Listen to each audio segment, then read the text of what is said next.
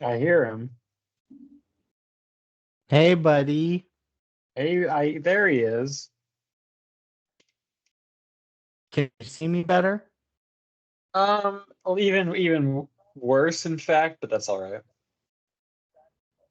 Yeah, I looked at the old video and it was horrendous. Skype just crashed on me moments ago when I was trying to rejoin the call.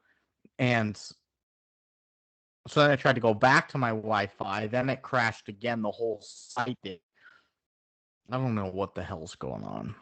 You have issues, soft issue tissues, soft tissue issues. It feels weird because it shouldn't be my it shouldn't be my internet because if I'm on my data and it's still doing poor shit, but I don't know. Maybe it's Maybelline. It could be. But you can hear me just fine.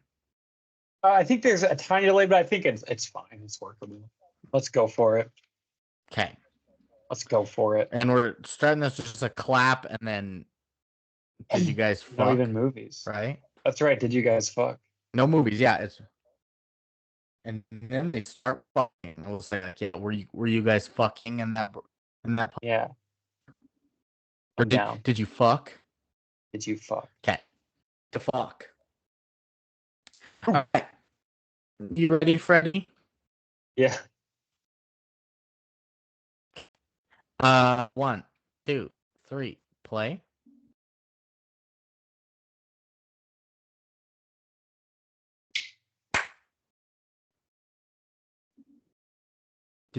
Did Fuck. did you fuck? It's a long pause. Did you guys fuck there? I hope you did. I didn't. I didn't because we're podcasting, but Professionally, with no break in between. That time. I will plug in some smooth jazz or maybe like a weekend song, you know. Something from 50 Shades. Smooth spice jazz up the moment. and some Weekend mashed up, Brandon says. Put in there. That's great. Mashed together. Yeah. Kenny G. Weekend G. Weekend G. Kenny G and spot. More Kenyan. like. Kenyan. The Kenny. And then the movie. A Kenyan. We're already talking about the movie. Brick and Ginger aren't alone anymore, so they're fucking. But as they're doing that, Judith just walks into this house that they're in and walks in on them getting it on right on the kitchen counter. They can do it on the counter. They're tiny.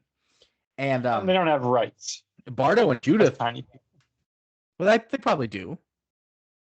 They probably not any rights. Recognizable ones.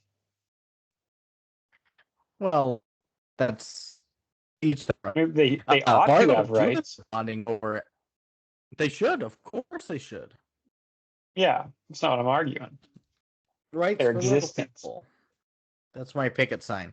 Well, they bond, Bardo and Judith, over terrible captains, pitting them as the fall guys in their own cop worlds and putting them on suspension. And Ginger doesn't believe Judith and her story about demonic toys trying to kill her and the others. She's like, that's crazy.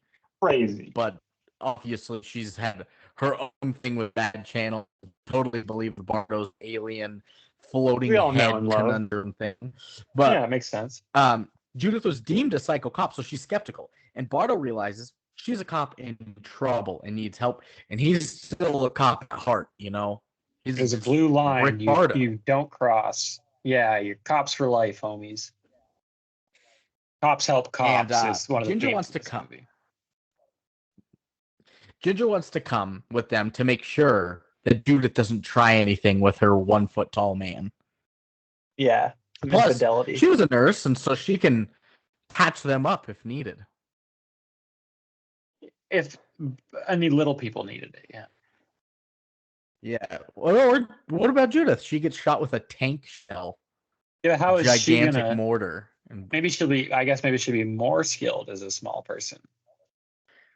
Yeah, real precise cuts. I think that's the future of medicine, right? Like surgeons going all incredible journey and shrinking down to it. Yeah, and then taking cancer cells out with fucking lasers. Like it's Ghostbusters. with their mouths, just chewing them out. That's how they have to do it. Don't shrink them too small. There are like robots robots performing surgery now. Like a lot of like hysterectomies. Don't talk about the good doctor Da like Vinci that. hysterectomies. No. Da Vinci hysterectomies where like the surgeon will sit down at like a little computer thing and control it, and then the robot, it's like a non-invasive. I mean, it will cut you open still, but like not ripping your thing and tearing everything out, and it'll cut it out like bless you via robot. So that's pretty cool. Robots. But the demonic toys have been using that little person security officer to place dead hookers in a pentagram on the toilet warehouse floor so that the toys can use their electrical magic powers to consume their blood and reach full strength by full moon. Full demons, yeah. Especially if you put them in pentagram status, as we know from our own time. And it has to be hooker blood. It's the easiest blood to procure.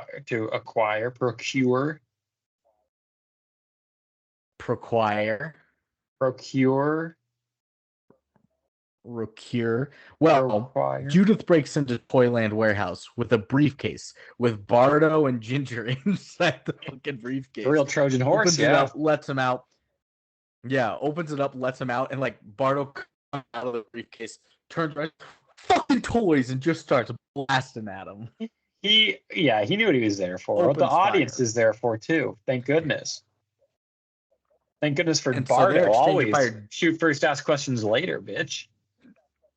Yeah, and they're opening fire before Judith gets hit right away by the robot, and she's dying out. But luckily, Bardo killed that robot with his blaster. Yeah.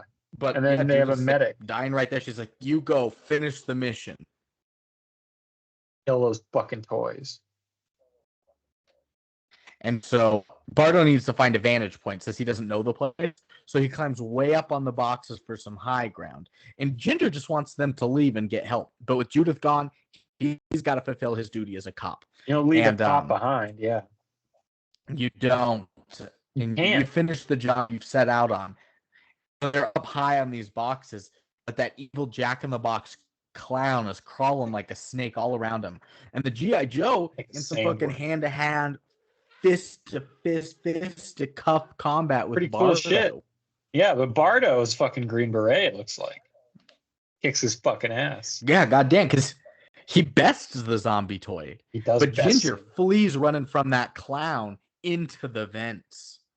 That's where the rest of the movie takes place.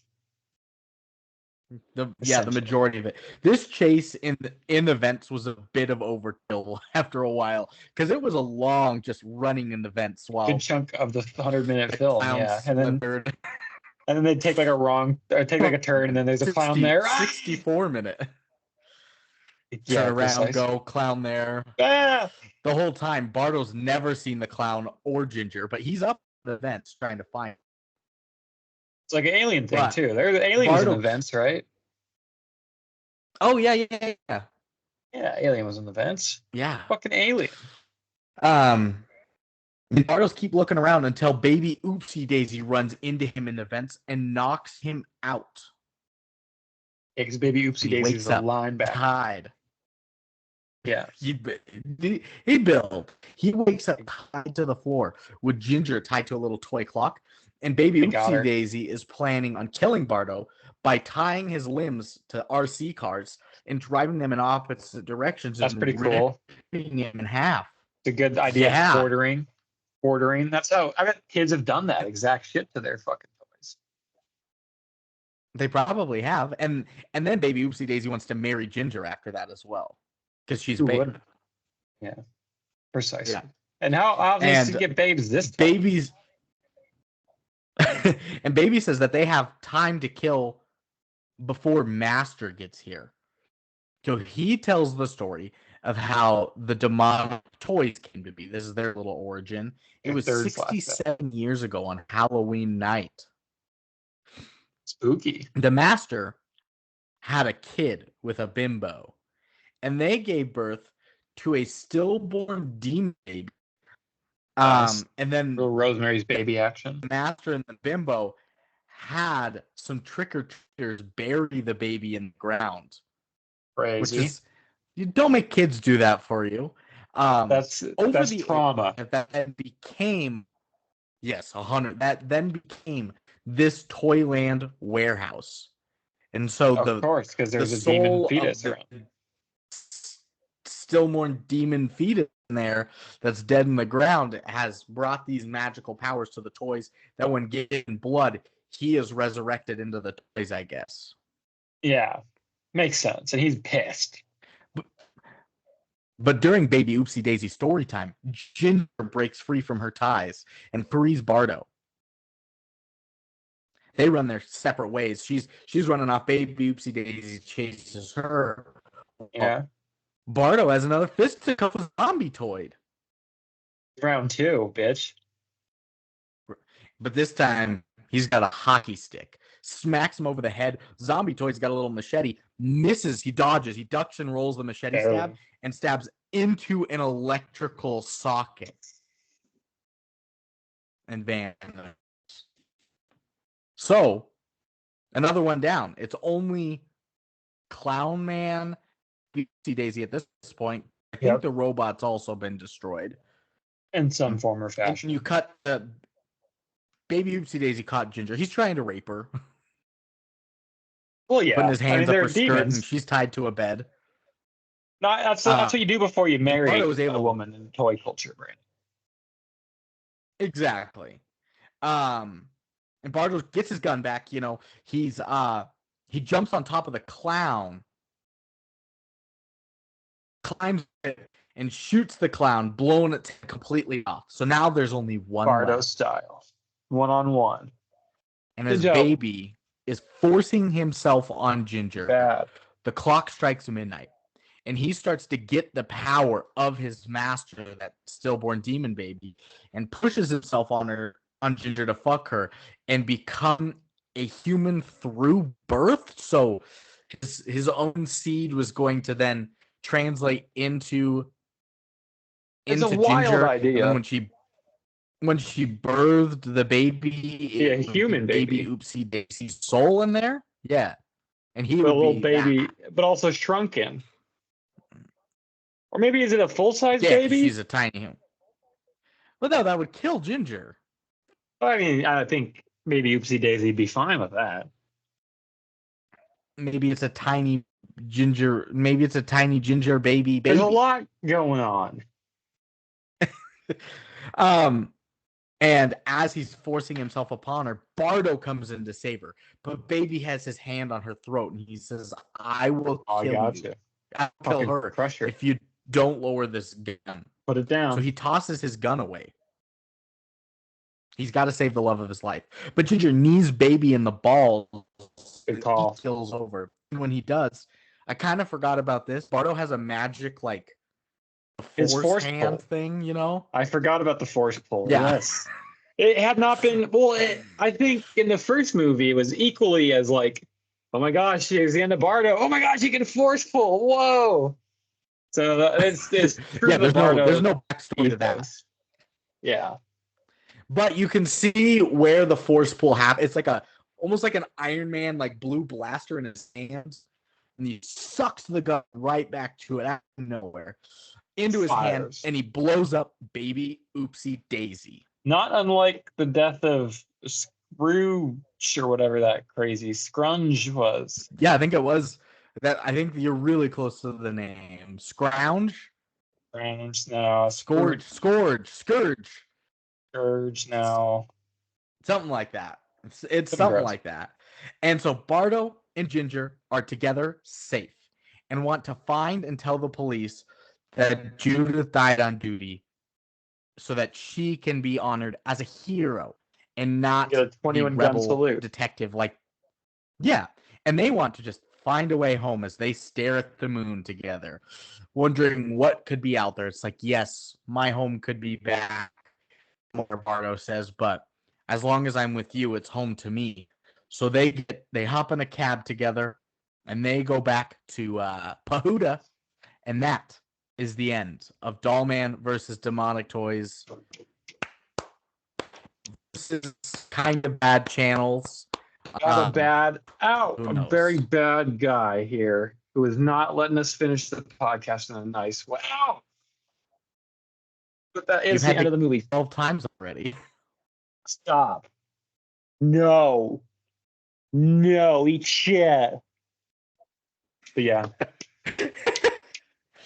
That's the end. So,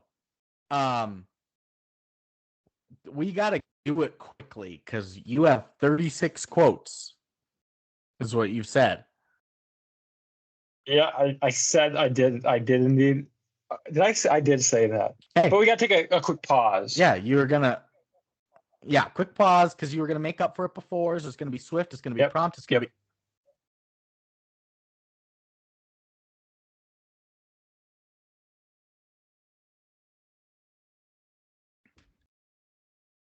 What quers are we? How many hurry is that? How many quotes do you have?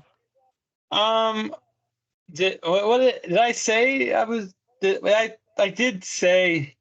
So here's the thing. You were too overwhelmed with 24 for the Tempest, so you said you're going to make it up. You're going to do 36 this week. That's right. And I totally, guys, listen. I had 30. I had 38 written down, and then there was a clerical error. Movie. There was a clerical error, believe it or not. And so I tried on the back end, and it turns out the quotes are gone. There's no way of retrieving them at all. So, what kind of clerical error? I recognize that this is on my end in some sort of fashion. So, viewers, to make it up next week, I got 48 quotes coming down the pipe. I promise there will be no stopping me. 48 quotes. 14-minute goal. For Dougal, which is a quotable. What kind of clerical error was there? It was just a clerical error. It was gone. So how many quotes does Brandon have in his possession? Like you spelled something wrong and had to fix it. Now it's gone. Outsourced your quotes and no, it was like a filing in the lady head. How many quotes do you have? So you outsourced them and it somehow got lost. Okay, now I get it. I just wanted to make sure that I was in the process of laminating and there's a clerical error on FedEx's side. They ran it through the shredder and not the laminator. It could be. That's the last I heard from the situation. Okay. Are you gonna follow up at all, or? It's probably not worth it. Economically speaking, time is money. So next week we're gonna do 48 next week. Next week, yeah, I'm not gonna laminate them next week. I'm just gonna keep it all in house. So I'm not gonna even let this problem arise. Why don't you do it just electronically? I think I probably will. Guys, I promise you, it's like 8 weeks later. It's 48. I promise you, I'm gonna. No. I'll do 48 next week. I'm good for my word here. You're gonna recite Little Man word for word. I might have to. Minis. That'd be a hell of a one. So, oh yeah, not Little Man, minis. Another use of little people coming up, I guess. I've got 11 quotes. 2 from IMDb. There was pretty minimal there, and 9 that I took myself. So the 2 that I took from IMDb, the first one is Bardo and Baby going back and forth. Bardo says, "What the hell are you talking about? You're a fucking toy." And Baby Oopsie goes, "Yeah, that's right. I'm a fucking toy." And comes midnight. That's exactly what I'll be doing to Doll Chick. Ooh. With some vitriol behind it, too. That was one of my 36 quotes. He was, okay. And then Bardo, my second IMDb, goes, I can't remember who this was, but it was, "What's the matter? You never seen a cop before?" It was like, no, I think he's probably staring at you because you're 11 inches tall. Yeah, not cop. Because you're a cop. Yeah, I took that one, too. That was one of mine. Opening lines, Bardo, "It's a cruel world. It gets kind of lonely when you're only a foot tall. Like this little ginger who got shrunk by aliens." And I was like, didn't know that was going to be in this, so I was very thrown for a loop. That's great. I took that one, too. That was one of mine. Oh, the homeless man when he bursts through he sees some of the baby dolls sitting on the shelves. He goes, "Hope you don't mind sharing your home with me for the night, and if you do, fuck you." That hobo had some stank on him. I had that one as well. Yeah, that was a good one. No clue what this is. Who would have thought a good-looking broad like that would go psycho? Psycho. All bitches Psycho. are crazy. I think this was The little man? the cops or the little man talking about Judith. Yeah.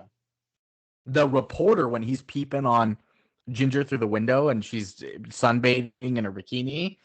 Yeah. He goes, "What do you want?" He goes, "An interview with you in a teeny weeny little bikini."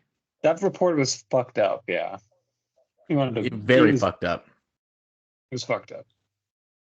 She was Maybe fine. the best line of the movie, the tarantula comes over the toaster, right?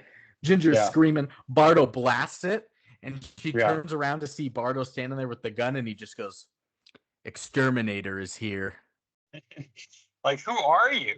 Yeah, a great line. Because it is, but it's also like Exterminator, Terminator, kind of all that mixed in one. And he's short. Another same exact thing with the spider. Seconds later, she goes, "That was so scary. A month ago, I squished it." And he goes, "Yeah, nightmares come in all sizes." Iron Man before Iron Man, really. Dude, he's delivering lines like crazy. The cat scratched the hell out of my back. I behave on. I saw that. This one is, would I be a babe? Oh, you're talking to him, to Bardo. She goes, "Would I be a babe on Entourage?" And he's like, "Yeah, you'd be all right, girl." Yeah.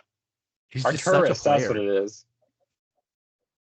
No, it's not Arturus. Yes, it is. Ontaros. No, Arturus, right? He doesn't live on Arturus. That's his planet. No, it's Ontaros. No, I think I wrote it down. Onteros. Isn't he Arturus is the planet in the first movie? No, not that I know of. Oh, well, I can see. Hold up, let me see. The cat's fucked up. I am Googling right now. Where does Dollman live? Holy shit, internet. Where does Dollman live? Brick Bardo is going to be living on. Well, while that loads, I don't want to know that he lives on Earth. Oh, never mind. It was Arturus. Yeah, it's Arturus. So why did when I type it out, did it change to Ontaros then? That's what I'm saying. Anyways. Weird. He would be hot on Arturus, yeah. Penultimate quote. This is Dollman talking about his past, and Maria, who was the girl from the first movie, goes, "I had a thing for Maria, but it wasn't in the cards. Besides, I was running low on ammo." I was wondering, did they really? They didn't have a romantic thing, really, did they? I thought that was part of the beauty of the first never movie. did, but he was saying that he had a thing apparently, but nothing ever came to be. Yeah. And then my last one is when Baby Oopsie Daisy. I think somebody's taking off clothes. Ginger, what is going on? It's more like what is going off. Seduction. Seduction. Yeah. And so those are my 11 quotes. So we can do ratings. You have all of them. I do. Ooh. I do. So I'm guessing thermometer off the bat. First off, thermometer. Yep. This is probably a 12 on the thermometer scale. 30%. Good. Way to go, critics. And then audience? There were only 3 reviews, so I guess I don't know. But 30% audience. 30%. The same answer. 23%. Oh. Okay, I was gonna say So 23. you're Okay, within 8 there at least. my classic 8. How about IMDb? Is that what we're venturing IMDb off to? Metascore? Yeah, Metascore out of 100. And you have this. I'll say a 30. 30. I'll say a 30 again. Okay. Now remember in Ginger Dead Man versus Evil Bong when they were only 12, and I went through and I calculated all the scores up, and there were 7 that had scores, and I averaged it. Yeah. You the same deal. So I did that with this, but this time there were 46 reviews that I read, 25 with scores, and took all those scores down and averaged it up. It's a 43. Wow. Yeah, that's a lot of work, Brandy. No. Thank you, Mr. L. Rents. Folks, I hate it like that. Anyways, the audience score. IMDb. Out of 10. A damn cat scratched the hell out of me, and he got freaking hair all over my face. It feels like I'm in a fucking haystack. I'm gonna go with a 4.1. That's high. 3.7. 4.2. Oh, I'm saying at 4.1. Oh, I'm staying there. Yeah, it never went down. Yeah. So I win. So you win, yeah. Audiences gave it 23 and 42 for a 32.5 average. Critics gave it a 30 and a 43 for a 36.5 average. Numbers make sense. Sure. Dollman versus Demonic Toys. What am I giving it? Yes. Yes. Ice cream's so good. It's tough because I think it's not as good as Dollman. I'm just gonna come out with that. However, I think it could be rated around the same as Dollman, with the idea that the Dollman score probably should have been inflated in retrospect, how much we liked it and the thoughts we sort of were giving it. I think Dollman versus Demonic Toys sits at a 6.8 for me for Dollman versus Demonic Toys. Nice. A 6.8 for me. Yeah, I love it. I love Dollman. Bardo is one of my favorite movie characters, I think. And the toys were all right. The flashbacks were fine. The bad channels part was probably the worst of it. But 6.8, I think, is not out of question for Dollman versus Demonic Toys. A far cry from the horrific scores we gave Ginger Dead versus Evil Bong. Yeah, and yeah, we've waxed poetically about Dollman, and then whatever the opposite of wax poetically is for Ginger Dead Man versus Evil Bong. Yeah. So I had no clue what I was going to be giving this film. It's a 6.1. Not bad. It is. It's pretty good. Not just a campy B movie. There is good action, good one-liners in the script. At least there is a battle between them. Yeah, good villains. Simple but necessary backstory given quickly. You don't need the whole plethora of what's out there. Just enough to get me through this. Some good acting, especially from Tim Thomerson. Some babes. What's not to like? 6.1. Yep. Dollman versus Demonic Toys. I'm with you. Yeah. Review time. And then review. So that's a 64.5 between us. 2 critic reviewers. One is by Dennis Fisher at The Hollywood Reporter. And all Dennis Fisher said is one of band's worst missteps. Now, I know this came before Ginger Dead Man's and Evil Bongs and the crossovers, but I hope he rescinds that when those come out. And he gives this actually a 2 out of 4 or a 3 out of 5 or something. Yeah, that makes sense. And then the other one, I couldn't find who wrote it, but it's by Billboard Magazine. And they say, good-humored viewers will enjoy this silly but fast-moving quickie. Fast-moving quickie. Yeah, I think that's fine. Yeah, we enjoyed it. It is fast-moving. We're good-humored viewers, and we like silly stuff. So that was it for critics. Now, users, I've got the normal 7. And let's see, returners 1, 2, 1, 2. I think it's just You have 1, 2. 1, 2, 1, 2. Returners. Yep, just 2 returners. Start us off with one. How about you? How about you? No God, no Masters. Oh, this guy's bad. April 22nd, 2019. They say, don't worry. If you haven't seen any of the 3 prequels to this film, they show you plenty of excerpts to catch you up to.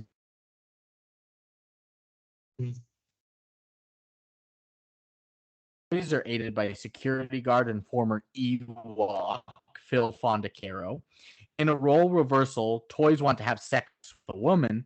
It is short, and it is what it is. You might be better off just watching the prequels, knowing it gets worse. The toys are not as funny and clever as they are in the first film. F-bomb, sex, no nudity, 4 out of 10. Interesting. They're more clever in the first film. This guy seems more of a Demonic Toys fan. Anything else? That's interesting. He does, yeah. He should watch Dollman. I recommend it. And then the other returner is BA_Harrison. The day after Christmas in 2012. 12/26/2012. He says, it's very silly stuff with a ropey script, wooden acting, iffy effects, and plenty of flashbacks from the previous films to pad out the timing. But fans of the earlier films might just find enough to enjoy to make it warrant to watch. For me, it was Bust Beauty Bear that made the movie worthwhile, especially when her itsy bitsy character was wearing her suitably itsy bitsy bikini. 4.5 out of 10, rounded up to 5 for the badly animated but fun spider attack and the surprisingly decent oversized kitchen set. 5 out of 10. I'll say a pretty on the nose review outside of the perviness. Yeah. Little pervy. And the kitchen set's great. Everything else, yeah. Next one, newcomer, Voltron G. You haven't done this guy before? August 3rd, 2010 says, well, damn it. I like this one more than I thought I would. Nicest touch in the plot is undoubtedly demonic doll baby Oopsie Daisy wanting to rape Nurse Ginger. Melissa Bear, man, will you just check out that pair of boobies she has? Will you already? Yes. Another pervy one. Baby Oopsie Daisy wanting to rape Nurse Ginger in order to impregnate her and give birth to the reincarnated soul of some man devil. You just gotta love that. What? Tim Thomerson rocks big time in this one. Only annoying thing he might be that a lot of flashback footage from Dollman, Demonic Toys, and Bad Channels are edited into the movie for background story-related reasons. And well, to compensate for the lack of plot there is in this crossover film, I imagine.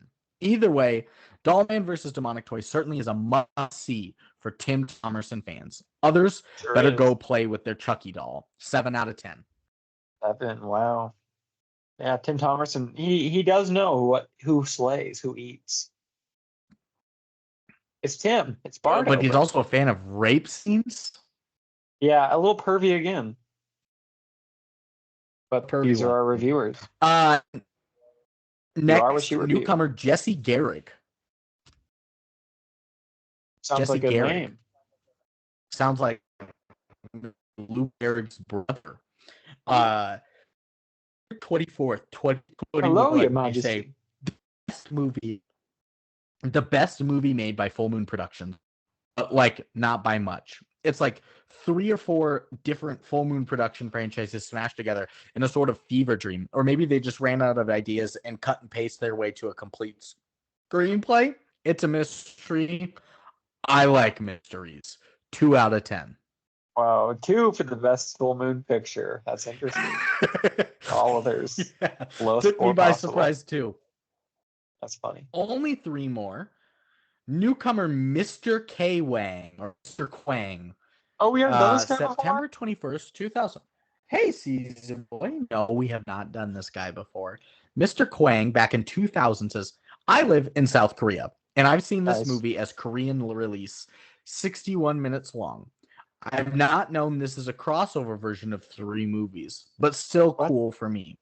If you think this is very boring, you might miss Silent Night, Deadly Night Part 2, which movie is only remember first. Movie about half of running time. I think this could be 6 points from 10. 6 out of 10. That's a great review. Write that guy's name down. I want to hear more from him. I like that review. Mr. Kwang? I've never even seen him before. I like it. He's gonna be my nominee for best reviewer. English, not the first language, but that's okay. Penultimate is by Rada on February 14th, 2000. So Valentine's Day Y2K. Wow. They're reeling from the events of the month and 14 days prior. Exactly. They say, "Oh 9, my God, how bad is this movie? Run away from this movie. I've seen it because it was on TV at 2 a.m. and I didn't feel sleepy. Too much Pepsi. Never watch Child's Play if you want to see some evil toys. 1 out of 10. Makes sense. Too much Pepsi. That'll get you. That'll get you. Sleepy boy. Watch out. Yeah. And then last one is by but not least. Detruncation. Last but not least. Not least at all. Detruncation, January 3rd, Sometimes you make them 2006. feel like they're the least when they bring up the rear. Listeners, if you are one of the reviewers that I put from IMDb and you are the last one here, don't ever feel like the least. Thank you for that. Don't. Detruncation, January 3rd, 2006 says this movie rules. Satanic rituals, midgets, Emerson, that hot monsters that look really stupid, amazing acting. You need not much more that I could think of. I can't say enough good things about this film. You really have to see for yourself the spectacle. I just hope that Charles never and I can look forward to more of this stuff for years to come. I know you will all post about how horrible this film is, but I can't see what you're talking about. I know it isn't a great quality horror film, but who cares? I have found that these films are for cheap thrills only, so why bother to make it something more? 10 out of 10. Who cares, ladies and gentlemen? What a great end note for this person Dollman knows what they're talking about, too. They fucking do. So, who cares? Who gives a fuck? Yeah. Who cares? So are we recommending this our triple crossover sequel movie from Full Moon Pictures? Tougher than you would think in a movie that we favorably reviewed. I'll probably have to say no unless you've seen Dollman. In that case, I'll say yeah. You let it rip. But then if you haven't, you got the homework. The prerequisite is Dollman. I recommend that as the prerequisite. Okay. I think I will recommend this, but I do recommend Dollman more, and if you watch Dollman ahead of time, it'll be better. So, I know, yes, some prerequisites in there. Do your homework. Yeah, get good grades. Well, I'm a teacher, for goodness sake. Scoundrels. Teaches the pills, so take our advice. I teach the pills how many times people come up to the pharmacy and they're like, I'm like, oh, this medication's out of stock. And they're like, well, why don't you just make me more? I was like, I'm not a manufacturing plant back here. I teach the pills what to do in your body. Yeah. Everyone's a teacher in some way. Some are just better at it. Yep, except for but your brother Carter. Okay, let's do it. So that's gonna end it this week. Listening to you and I. Me and you, we, the us, two friends, the us version, Bean Edgar and L. Rents. Stop that. Yeah, the S version. What do we got next week? We're manic. Manic. So I'll be cured next month. You're saying of my mental health problems? Okay, that'd be great, actually. But next week we've got two people subbing in for us. Finishing off the series, 50 Shades Freed, Seth and Devin. April Fools. Seth and Devin coming at you. They're going to do it. Finishing off 50 Shades. 56 quotes coming at you for the occasion. And then last, we're going to get into an animal-themed month for April to finish up our season. Season 9. I don't have a sound bit but I'll make one. But Do like it's a the pet house. whale song. Ooh, yeah, not just like a dog and a cat, but a whale song. A whale song. That's a good whale song. That will officially end. Make sure you guys look at the sun. I'm telling you, you can look directly into it for minutes at a time. Minutes, not minutes. Do not go over 46 minutes. Yeah. Then it could start. You'll start to get bored, but until then, go nuts. Just keep looking at the sun. Keep listening to the podcast, and we'll see you next time. You'll be fine. Yeah, gadoosh. You'll be fine, guys. You think we get sued for that? We did it. I have to put it in a snippet. Do not listen to anything these people say. Boom.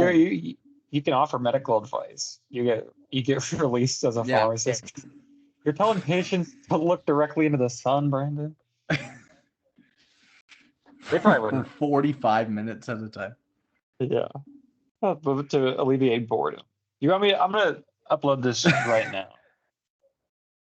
Yeah. Oh, you say you're depressed. Why don't you, instead of this pill, why don't you look into the sun? I'm telling you, it can't hurt. Vitamin D and sunlight can cure your depression. So to absorb it as quickly as possible, stare directly into it for an hour a day. Hurt you. Cannot harm. It's like an alien. Just like with a gun. You can't hurt. And so that one was only like 30. That was only 36 minutes. So with the editing and everything, because I'm already done with the first portion, it's going to be like an hour 40. That'll be brief. That's brief. That's not bad, though, for an hour-long movie that we covered a third of already, pretty much. About. And Tempest was an hour 47. I think Ginger Dead Man was an hour and 56. Alex never gone over 2 hours. This will probably be an hour 40 as well. We have it pretty well tuned in. Dougal might be a big boy. It's short. It's like an hour 14, so but could be short. But I've already finished that script, and I'm almost done with G-Force's script. And then I still have to do Hotel for Dogs and Ratatouille, but can't wait for G-Force. And I've got Kelly coming back in May for Space Jam: A New Legacy with LeBron James, so she can continue since she was on that before. And I'm gonna see if I can get Jordan on for I think White Men Can't Jump for our masterpiece. For which one? Who's that? Jordan. Oh, that'd be great. Yeah, a little racial talk on there. Beautiful. I mean, he was a college basketball player, so I'm sure he'd love to. And he's a different race than us. It'd be great. Perfect. Yeah, and White Men Can't Jump is all about racial stuff and basketball. And Jeopardy. And basketball. So, I love Jeopardy. Love it too. All right. I will see you, buddy. Hey, buddy. I think I shared it with you. I'm just looking right now. I just got a notification. Hey, buddy. Hey, buddy. Hey, buddy. Hey, buddy. Bye, buddy. Bye.